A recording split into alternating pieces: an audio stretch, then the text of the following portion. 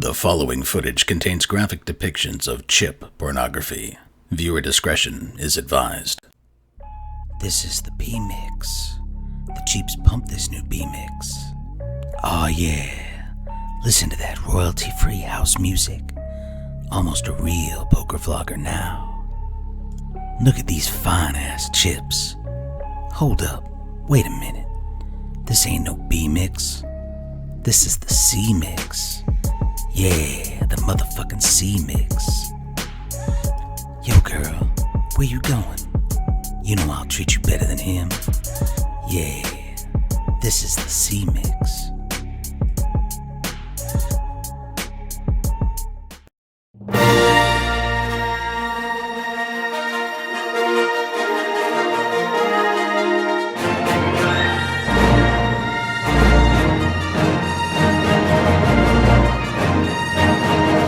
Hello, and thank you for coming back. This is episode 3, and I've gotten a lot of feedback. I really appreciate it. I know the previous episode, there were a lot of issues on mobile devices with viewing the hand replays.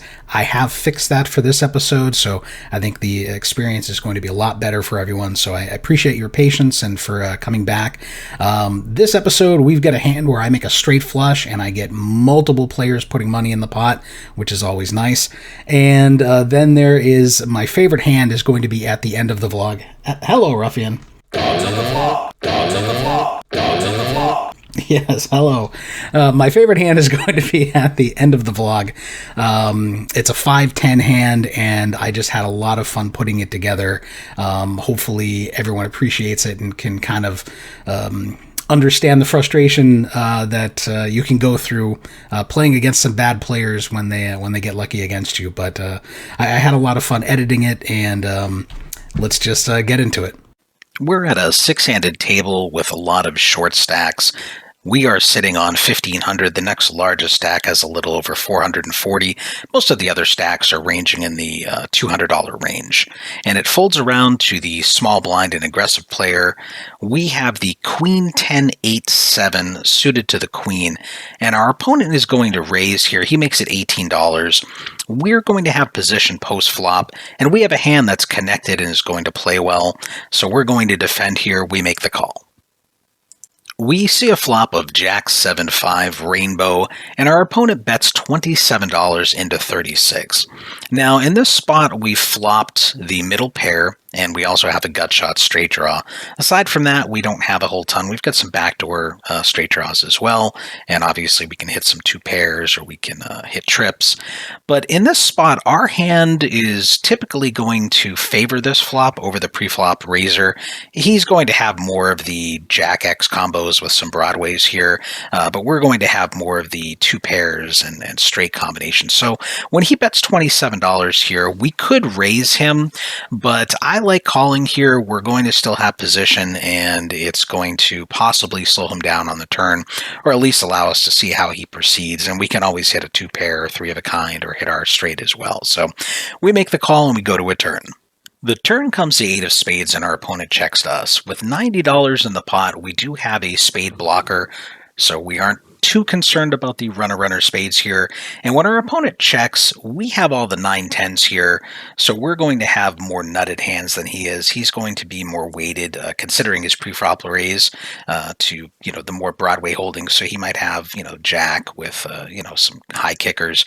So he does have a potential to outdraw us with a higher 2 pair on the river. He might have picked up a flush draw here as well. We do have a blocker, but again, we're going to have more of the 9-10s here. So when he checks, I want to apply maximum pressure. I'm going to bet the full pot here.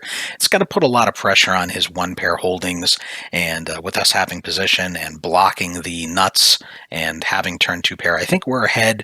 And again, we might be able to force a fold, or at least build a pot and slow him down going into the river. So we bet the full pot. He does make the call. The river comes pretty terrible, the ace of diamonds. Our opponent once again checks over to us. He has $309 left in his stack. There's $270 in the pot. Now, we could bet here, and he might fold out I don't think he's going to fold out a two pair here. These players are pretty sticky. He's relatively short as is, and I think if he's made two pair here, the ace favoring his preflop raising range, he's probably not going to give it up. Now we could get value obviously if we had the 9-10 here, but we don't, and I really don't want to bet and get called and pay him off when he's made a better two pair here on the river. If he was chasing some type of flush draw or straight draw that whiffed, we're not going to get paid either. So I think betting here the majority of the time when we don't have the straight is going to just lose us extra money. So I check behind. He turns over the 10-5-4 deuce double suited. So he did turn a flush draw, and he also had a lower end of the straight draw, and we're going to take this one down. We're playing 3-6, 8-handed, and we're in the big blind holding the king, queen, 10-7, suited to the 10 in clubs. It folds all the way around to the button, who's relatively short stacked, and he raises it up to $21. The small blind, who has a little over $650, is going to make the call. And in this spot, we're going to defend as well. Our hand is connected. We've got a little bit of suitedness. And what's nice is with everyone folding, the flop is typically going to contain more of the cards in our hand, the higher cards, the Broadway cards, because of so many folds. The flop should favor that. So we make the call, and we're going three ways to a flop. The flop comes down king 7 deuce rainbow. The small blind checks it over to us, and we have flop top two pair. With the button raising pre-flop and having such a short stack left of only $81, I expect he's going to be sticking with this flop. If he's got the aces here or something, he's going to be betting. So I'm expecting him to bet here, and that's going to allow me to isolate and check raise. So I'm going to make the check here as well.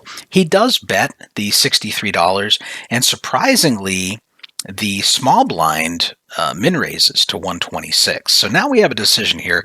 The small blind has a little bit over 500 left in his stack, and where we cover him and we flop the top two pair on a relatively dry flop, are we really worried about showing up against a set here? If he had pocket kings pre-flop and the button had raised, he's going to be re-raising there. So I don't think he's going to be showing up with the top set. He could have a set of sevens, but again, we block that, so there's only one combo. He could have a set of deuces, but is he really calling the guy's raise, with two deuces in his hand? I doubt it. So I'm expecting I'm ahead here the vast majority of the time, and so I'm going to re-raise it. I repot to $504. The button, who only has 18 left, is going to call it off. And the small blind is going to make the fold here. At the end of the hand, he does flash the king deuce, so he flopped top and bottom pair, but he was able to get away from it. So we're immediately going to take down the side pot with a little over $40 extra, and the button is going to show up with the ace queen 9-7 here. So he's got the ace queen of diamonds, and he does have a backdoor flush draw. He's also got the backdoor Broadway straight draw, and he could an ace for a better two pair. But aside from that, he's in pretty rough shape. We have more than 82% equity. He's only going to run it once, and the turn is going to come the 6 of spades, the river, the jack of clubs, and we take this one down. We're playing 3-6, 8-handed, and on the button with ace, queen, jack, 9 with one suit in hearts to the queen, we see 3 limpers. We have a stack of about $2,000, and there's a few other larger stacks, a couple of guys around 1,000, one guy around 1,500, and the rest of the players are all relatively short stacked. With 3 limpers to us here, we don't have the suited ace, so this hand has some decent connectivity, but there are gaps between the ace and the queen, and between the jack and the 9, which lowers our playability somewhat. I don't think we really want to be raising here. I think we can call. We've got the best position post flop, and we can see a flop with a hand that can make some strong two pairs, strong full houses, and straights as well. So we make the call. The small blind gets out of the way, the big blind checks his option. We're going to go 5 ways to a king 5 deuce flop with 2 hearts and 1 spade. So in this spot, we have flopped the second nut flush draw, and we also have some backdoor straight draws. The big blind is going to lead for pot here for $33, and into a field of 4 other players, that's relatively strong. He's saying he has a strong hand. Now, he could be, betting here with a draw as well, with the deuce and the 5 out there. those cards are going to favor the big blind's range more than any of the other players coming into the pot. It's doubtful any of us are going to be sitting here with the 3-4. So he's going to have more straight combinations. He could be betting with a flush draw as well. He could be betting a set or a 2-pair. So he leads for $33. The cutoff is going to cold call. And in this spot, I don't think our hand is strong enough to raise, but I also don't think we need to be folding the second nut draw here. So we're going to make the call as well, and we go to a turn. The turn comes the 10 of clubs, and the big blind once again leads for full pot, $132. The cutoff is going to lay it down here, and the action's on us. Now, we have picked up a ton of equity here. We not only have the second nut flush draw, but we also have the full wrap. So we can hit the ace, the queen, the jack, the 9 to make the straight as well. And in this spot, if our opponent didn't have as much money behind, I'd probably just be looking to get it in. But where he's still relatively deep, and we are also, and at this point, we still don't have a pair. We just have a draw, albeit a very good draw, but with only one card to come. I don't really want to raise here. He's displaying a lot of strength. He's really, with his betting, saying he has a set. So that's really my concern. But I think we can call and, see what happens on the river. We have a ton of outs. So we're going to make the call and see what happens on the river. The river comes the 4 of hearts, and now our opponent, who has bet pot on the flop and on the turn, checks to us. And in this spot, we have the second nuts, and I'm pretty comfortable that we have the best hand. The problem here is that our hand is relatively face up by the way we've played it. The front door flush has come in. It's fairly obvious that should be what we have, a flush in this spot. And when he checks, I really don't think if I bet I can get much value from him. I think he's going to be laying down a lot of his 2 pairs, and maybe we could bet small and get a crying call from a set, but even then, I don't think there's a ton of value there. And it's not impossible for this opponent to have been, betting a combo where he had the ace high flush draw as well. Obviously, we don't have that ace of hearts in our hand, and even though I have this player labeled as aggressive and bad, that doesn't mean that bad players can't pick up good hands. So he could be going for a check raise here, realizing that this is a scare card. So I don't see a ton of value in betting here. I think we're just going to cost ourselves a ton of money if we run into the cooler. And at the same time, I don't think we're going to really get paid off if he was betting a 2-pair or a set here. So we're going to check behind, and our opponent is going to reveal the King 8 7-5. So he did flop top 2 pair. He did have one blocker to the flush, but we are going to take this one down. We're 7-handed playing 3-6, and in the big blind holding the 9-8 6 deuce double suited in spades and hearts. A bad player under the gun limps, and then 2 solid players in the cutoff and in the button limp as well. Then the small blind comes along, and we really don't have much we can do here with a hand this week, so we're going to check our option. The flop comes down King, Queen, 10, all spades. So now we have flopped the third nuts here. We're losing to the jack or the ace high flush. And facing this many opponents, if you don't have the nuts and you're not drawing to the nuts, typically in PLO, you don't want to get too crazy. So we're going to check our option here. And it checks around. Now the turn is amazing. We turn the jack of spades. So now we have the straight flush, and we can't be beat. There's no possible hand that can beat ours at this point, because if someone has the ace of spades, they can't make the straight flush because all the cards they need to do that are on the board. Now the small blind leads into us for $15. There's not really much we can do here. We don't want to raise and push people out. We want people who have 2-pair or a set to chase and possibly boat up on the river.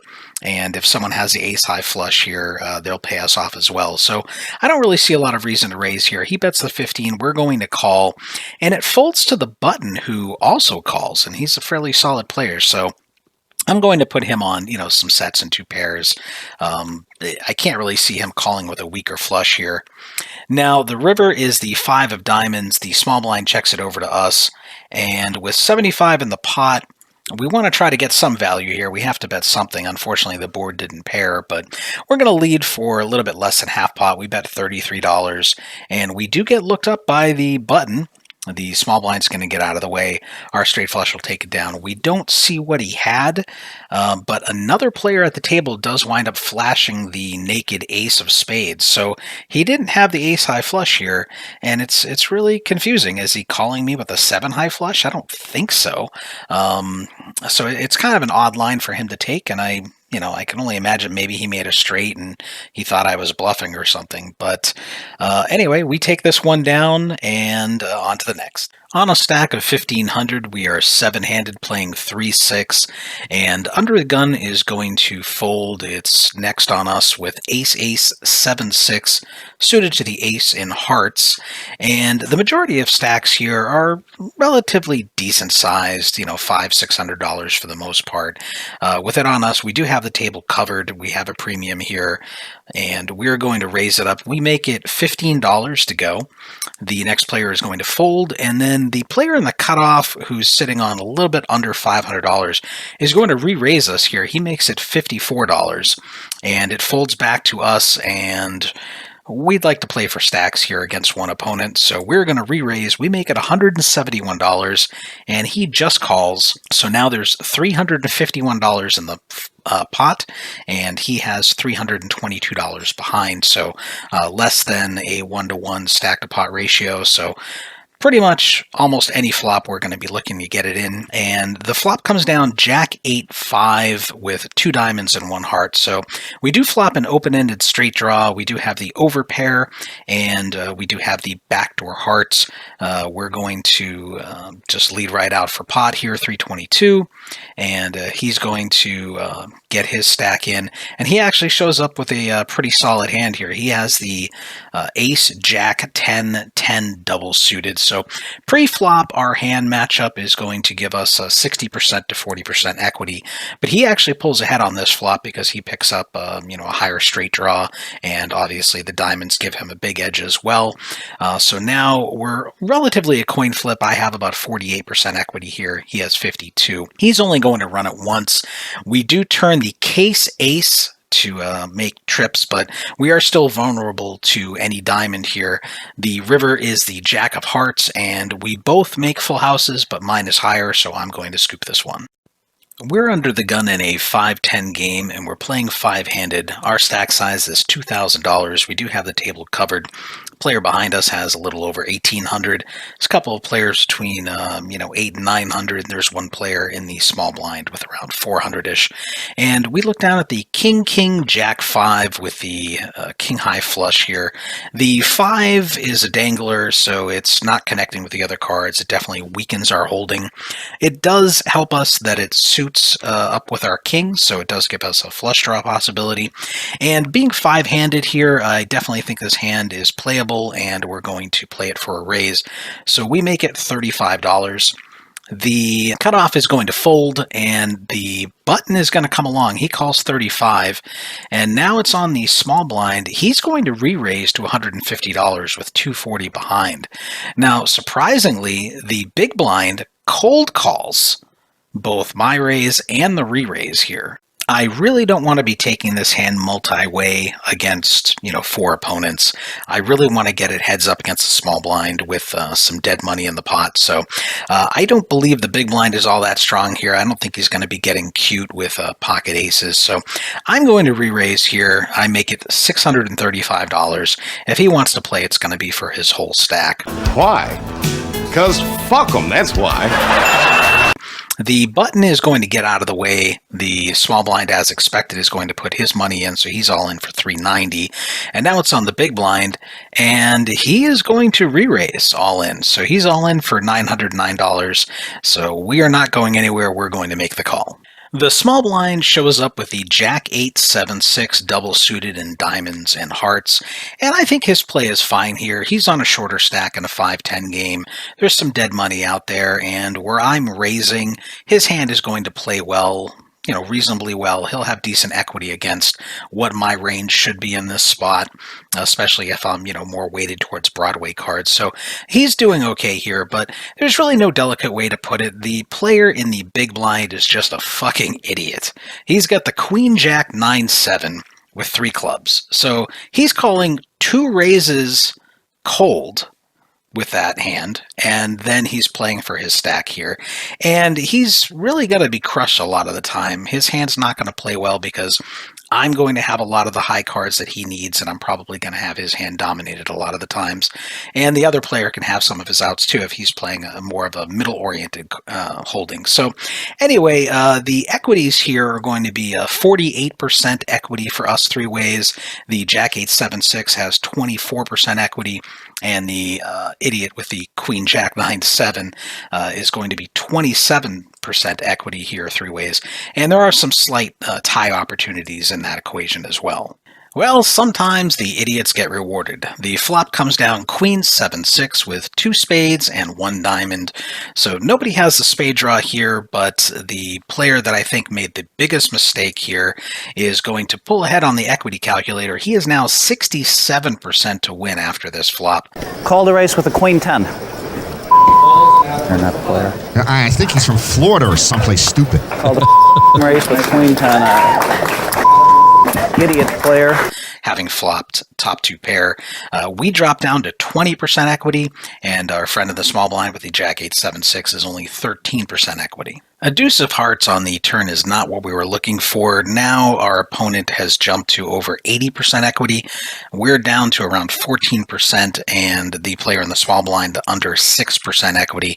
And we're looking for either a king on the river or the board to pair the 6 or the deuce to give us a better 2 pair than our opponent. And unfortunately, one of the 6s is already in the small blind's hand. So it's looking pretty bleak in this big pot. How do these players even last this long? Don't know. I mean, it's just so sick. They have no concept of poker. Idiot players call races with Queen 10. They don't even know how to spell poker. But lo and behold, Poker Jesus smiles on us. As the river comes the king of clubs, and we're going to scoop this massive pot and punish the donkeys. That's going to do it for this one. As always, leave any comments or questions you may have down below. I'm happy to get back to everyone, and we'll see you in the next episode.